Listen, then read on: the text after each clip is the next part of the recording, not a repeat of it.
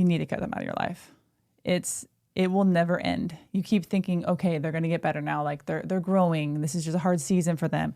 You're always creating excuses for them, and it's time to stop.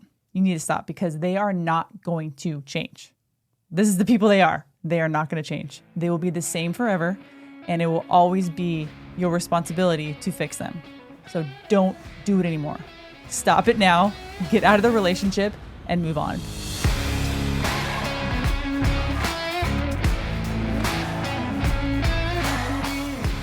Welcome back to The Donkey And the V, where men are jackasses and women are biatches.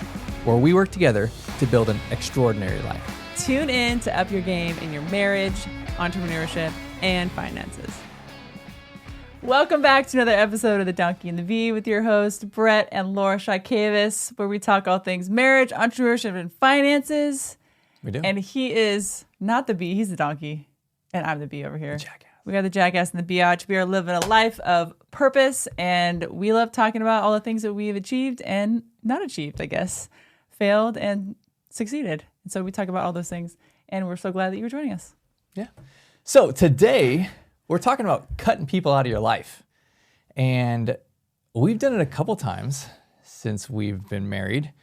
What are we approaching, 19 years together? Mm-hmm. We had some bad relationships, friend-style relationships, right? We're not talking about like spouses and boyfriend, girlfriend kind of stuff.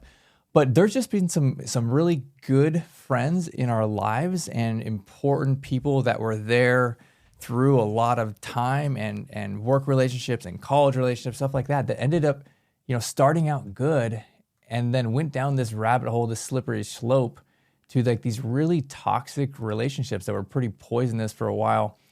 And you got to the point where we just cut them out. So I want to talk about it today because it is totally okay to identify toxic relationships in your life and just remove those people, right? Like we only get one life, right? Let's focus on the good here. And again, there's been plenty of times where you give and you help and you love and you serve. But if this person is truly toxic and it's going on for such a long period of time, you know what? It is okay to remove them from your life and just move on. So this makes it sound like we're really bad friends, but actually we're really fantastic friends.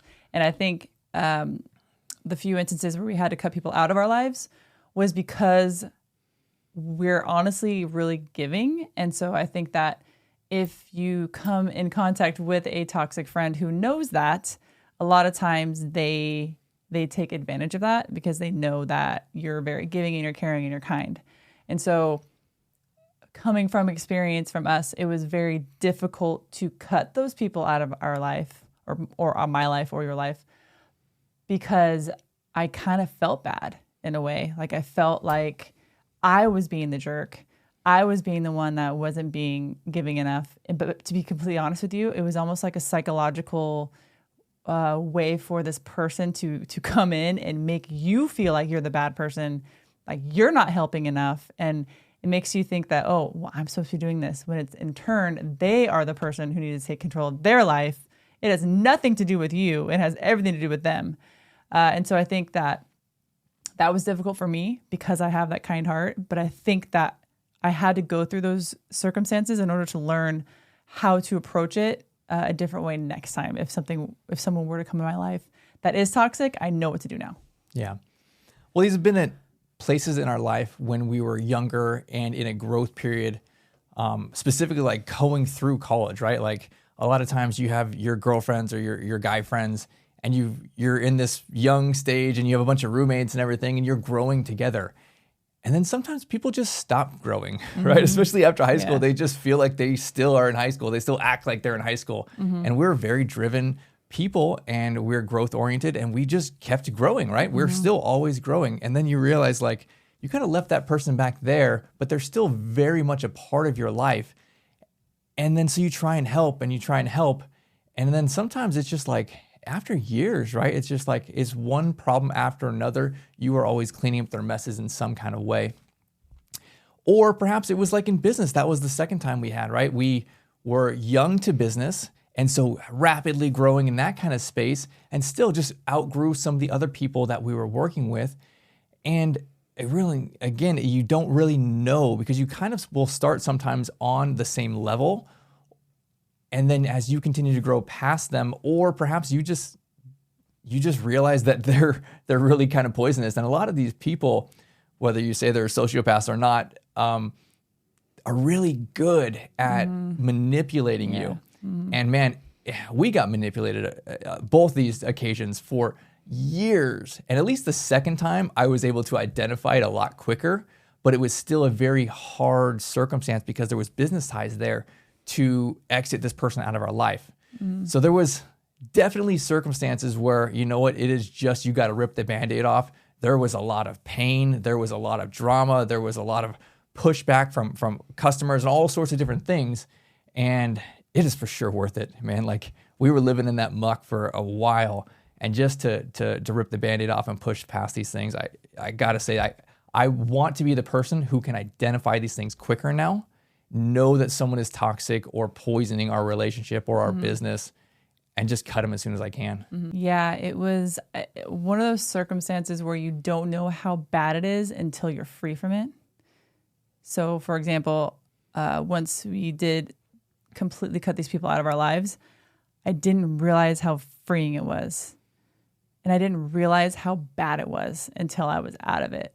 And so this is specifically talking about friendships. I know this can be a different feeling if it's an actual like spouse or girlfriend or boyfriend.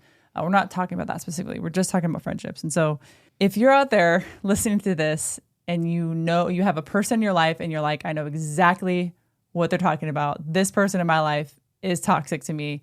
It's always drama. They always need money. There's always something going on and they always pin it on me. And it's always my responsibility. I'm going to tell you right now, coming from the back end of it twice, you need to cut them out of your life.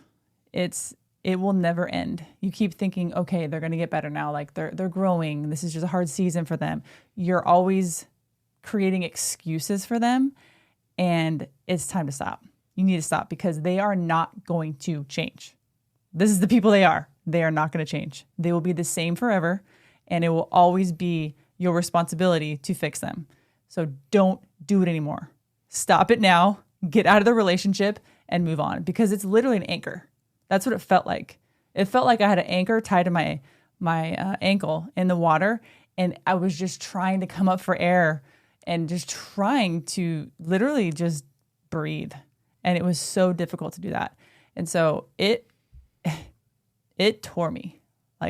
There was many times where I was so dark and depressed because of just the life suck that was coming out of my life. Like, it was awful. I wasn't even me anymore. And so once I got those people out of my life, I was able to be myself again and be the person that I want to be. And I felt like I couldn't be because they were in my life. So cut that tie, cut that anchor, and you will feel that weight off your back.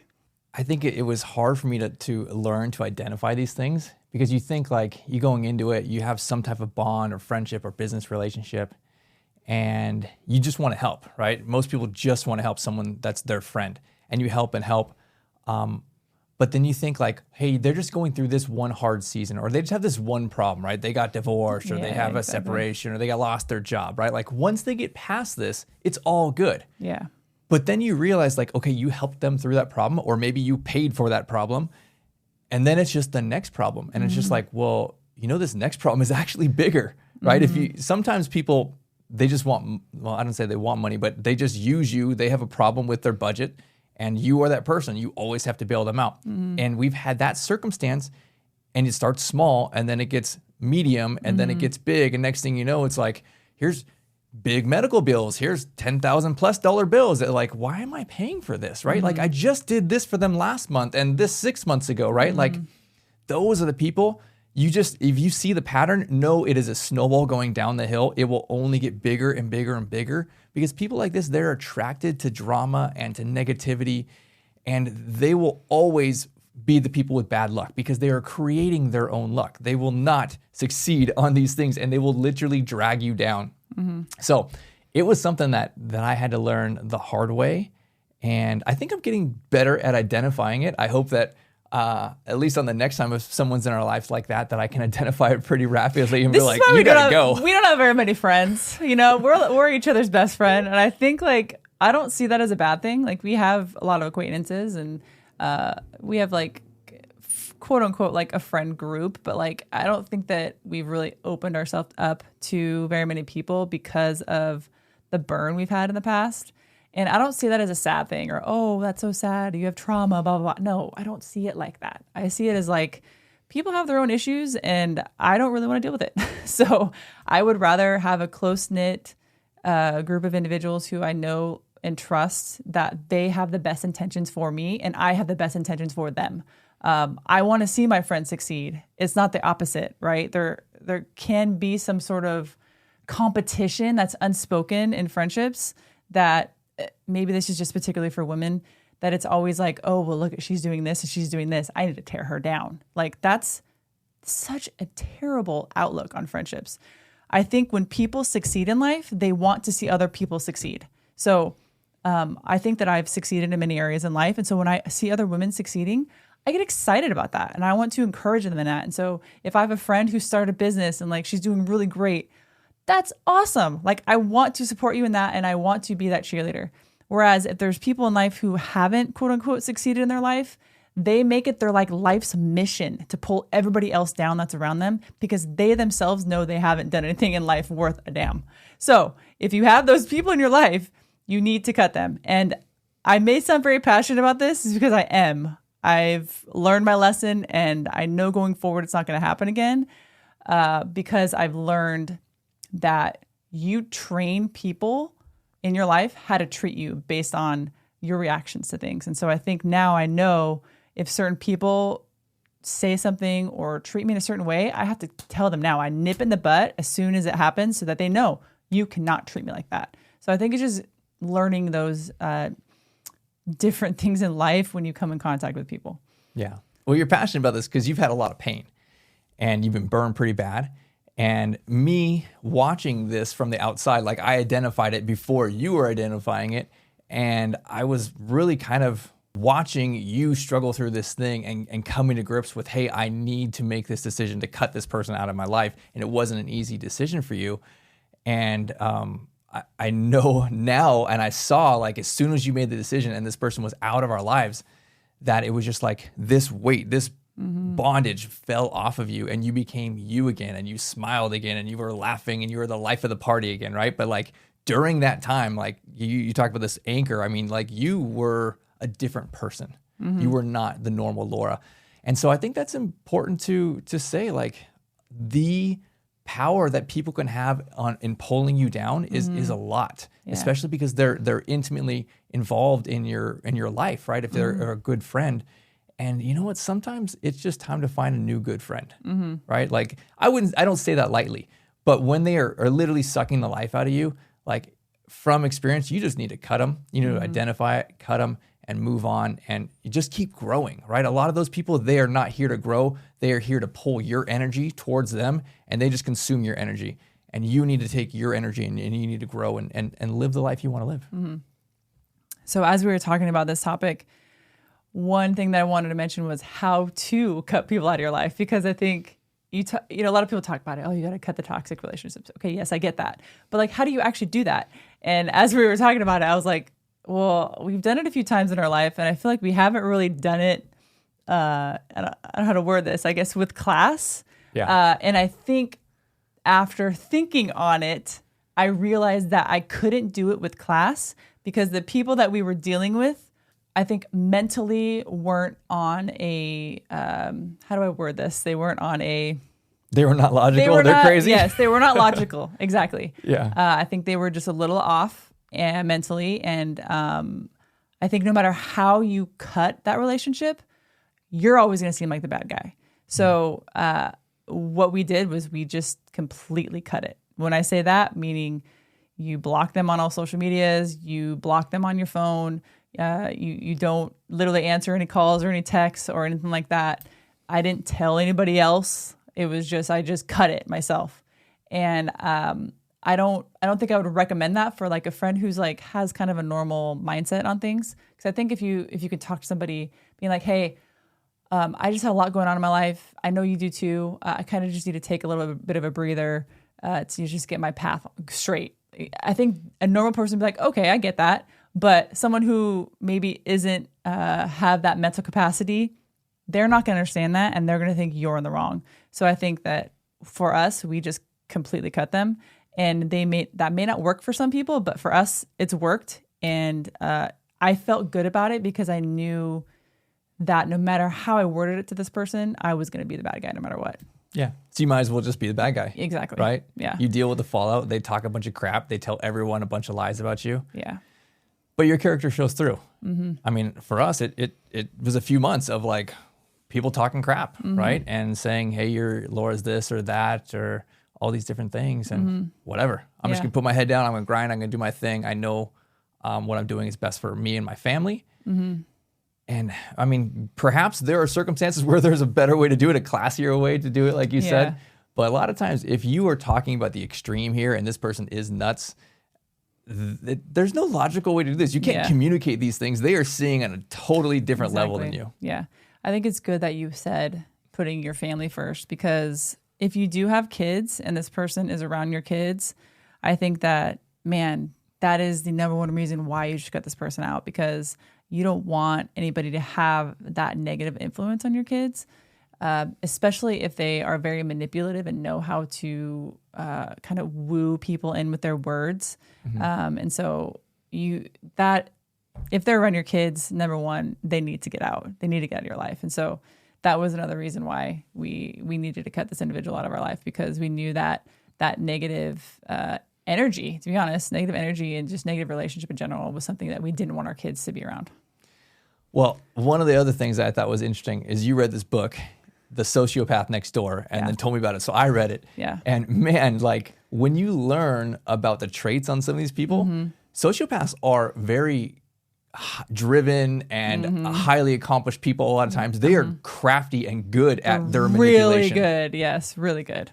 And and this book was really interesting because it went through like the different types of sociopaths and how they play their games. And it's like, oh my gosh, like this is spot on. Like this person's nuts. Like now I feel like I've always like got my radar out. Like, are you a sociopath? Like, I don't know about you. They say that 1 in every 25 people are a sociopath. And when you really think about that, if you're in a classroom, college classroom of like 100 people, you got to say that 4 people are a sociopath. That's a lot. And so I think that it's a benefit to be aware that there are people out there that are like this. And so, like you said, you point people out. And I kind of do that too, because you kind of know the characteristics. There's like 10 and under characteristics of these people, and they're all the same. And so being able to now see that and pinpoint it out is definitely a benefit for us going forward with friends. Yeah. I can definitely speak from experience in this, because it's happened multiple times in my life that I've had a lot of pain from relationships like this, and I've learned a lot from it. And so coming from the backside of it now, like seeing what I've been through, I would not take it back. I think that I've learned so much through the experience, but now being on the flip side of it, I would encourage people to evaluate those relationships that they have in their life, that maybe every time that person calls you, you get like that like gut feeling when you see that they're calling you, or a text comes in and you get that same feeling. I think that's your body like telling you that, ooh, I think you need to get rid of this person. So speaking from experience, you just need to pull the Band-Aid off. You need to get them out of your life, and you can do it with class or you cannot do it with class. I think it just depends on the individual. If they are level-headed or not, I think that kind of determines how you can cut that off. But I would encourage you now that if there's someone that you're thinking of currently as I'm talking about this, that person needs to be cut out of your life. And I think that once you do cut them out of your life, it will be so freeing for you. You'll see yourself grow so much more. And not will only affect you, it's going to affect all your relationships around you, with your husband, with your kids, with your neighbors, with your community. It's going to affect everybody. And so cut them out. Well, thanks for joining us on another episode. So as you know, we don't run any ads on this show. Our only ask is you would help us grow this show by sharing it with somebody. Our goal is to help couples get into financial freedom, to get on the same page with their marriage, to align their finances and hit early retirement. So if you know anybody who is looking to learn more about this topic, please share, and we will see you guys on the next one.